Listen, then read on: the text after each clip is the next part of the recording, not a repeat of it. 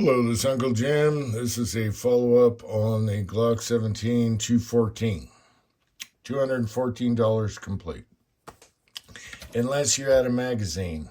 So if you do a Magpul magazine, I get them for $10. So let's call it the 225 right now.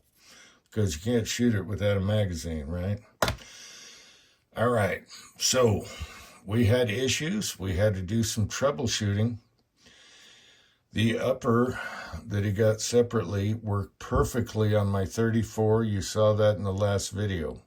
However, the recoil spring was super stiff and it was barely plopping out rounds that were plus P.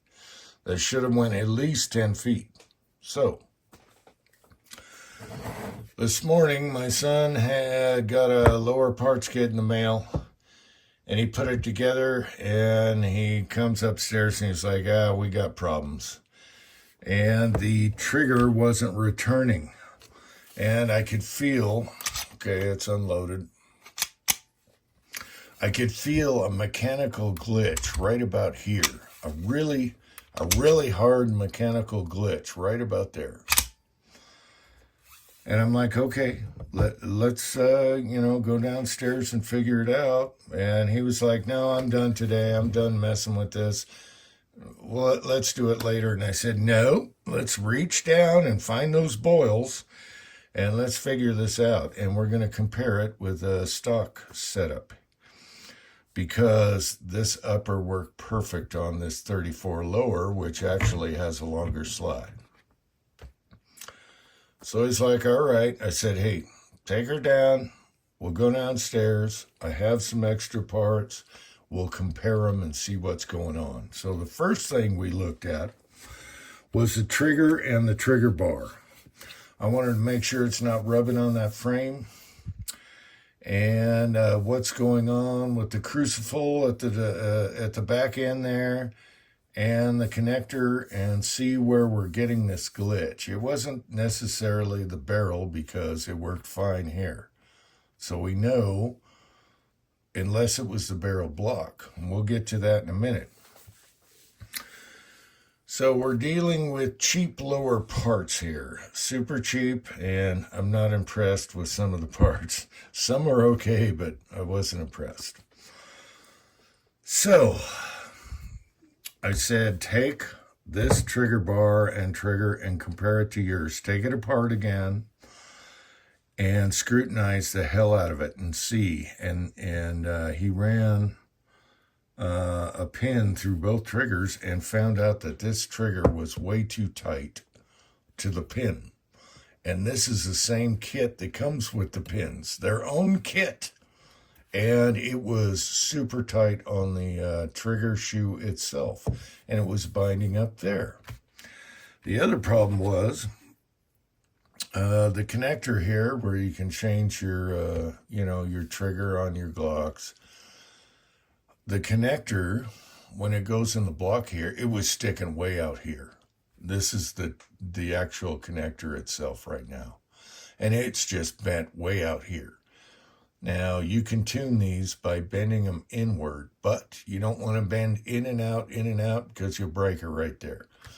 So instead of bending this, I said, hey, if you want to use this part, you can, but I have a lot of extras, and I gave him a Gen 2 Glock connector way back when they were blue, before they were silver. Okay, this is really old Glock stuff.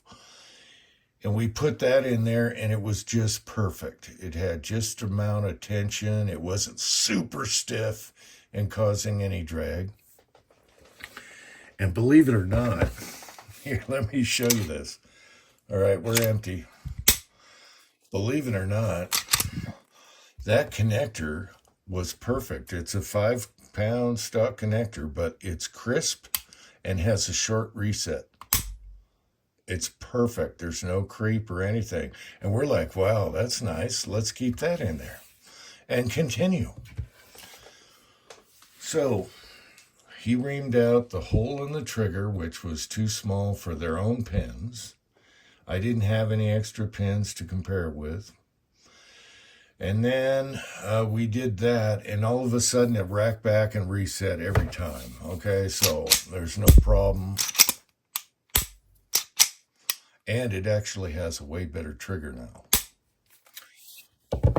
So, got that problem solved. Now, the other problem was, with this peed out lower, was the guide rod. See that right now? It's not straight. Sometimes it goes to the left, sometimes it's straight. And we're talking this way and that way. And I'm like, what the hell is going on there? So make sure and check the lower if it's cut flat or what's going on. And my son said, no. He says it's the spring. So you have your takedown right here. And there's a spring and a little plunger here. And that spring was way too long and it was sticking up and it was causing the guide rod. It was pushing it all different directions. And that's how we shot it just now. And I'll show you that and then we'll get back. All right, so in the next segment here, we're doing 2 rounds of the Plus B hollow points that we shot 10 rounds with in the previous video. And then we're using some Fiocchi Combat 123 grain. This is also hot stuff.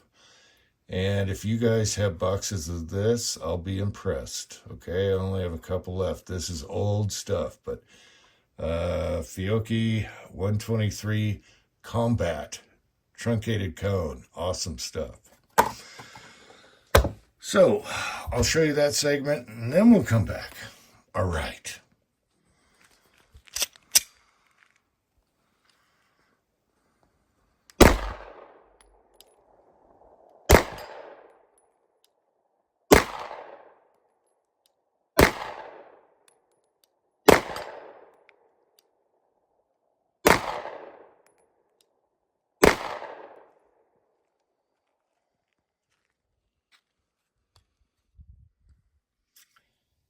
Okay, so now everything's working. There's no glitches. It's smooth. It's got a decent trigger in there now.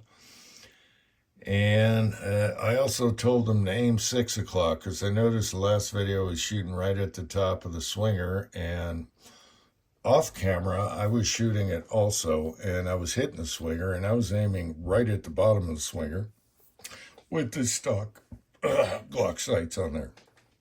All right. So, even with the guide rod doing this and that, every time it racked, it worked. However, ejection's kind of funky. It's this way, that way, over your shoulder, and there's a fix for that. Maybe we'll tweak with that. But for the first time, peed out, 214, we'll take it. It's super cheap fun, and it was fun working with the son, father and son, and that's what we did. So we got most of it done today. So all he's got to do is take down the height on this takedown spring so it doesn't mess with the guide rod. And I also tried a stock guide rod that has more rounds in it so it wasn't so stiff. But it's still just not, it's not yakking them out there about 10 feet, which it should be with this ammo. So the recoil spring is stiff. We put that one back in and we'll go from there. But beware of aftermarket parts, especially on the cheap. A lot of people call it improvements or upgrades whenever they screw with their Glocks. And in my opinion, you're downgrading. Okay, there's nothing better than stock. It's going to work. But we got this working. This old guy is all stock and it always works. So we're almost there. All we got to do is get that guide rod to stay straight now. And that's that little detent that sticks up. It's too high. And whoever made this parts kit didn't know what they were doing. Their pins were too big. It didn't even fit their own trigger. But a lot of it does work. The extended mag release and slide release is awesome. And it's a range toy. It's not a carry gun. So we're going to continue. Even if he has to pee out another, and then we'll talk about stippling or doing them stippled, or he likes the wrap. He's got some wrap here, and it looks like the old Hitman wrap on the revolvers, you know, where you just chuck it. I like the wrap. I tried it on another. Anyway, we're having fun. As far as the upper goes, that was a great deal. I don't know who made it. Supposedly it's made in the U.S. It has the cuts. It's got really nice porting that angles out the sides. Very nice crown.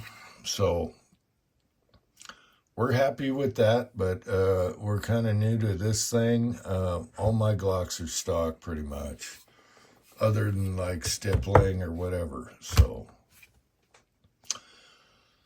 there you go. There's my follow-up on that.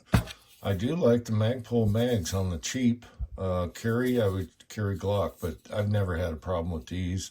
And in the AR 9mm and 45, 9mm, I like this. I wish they made these in 45 for the 45 AR. Rambling. Until next time, that's my report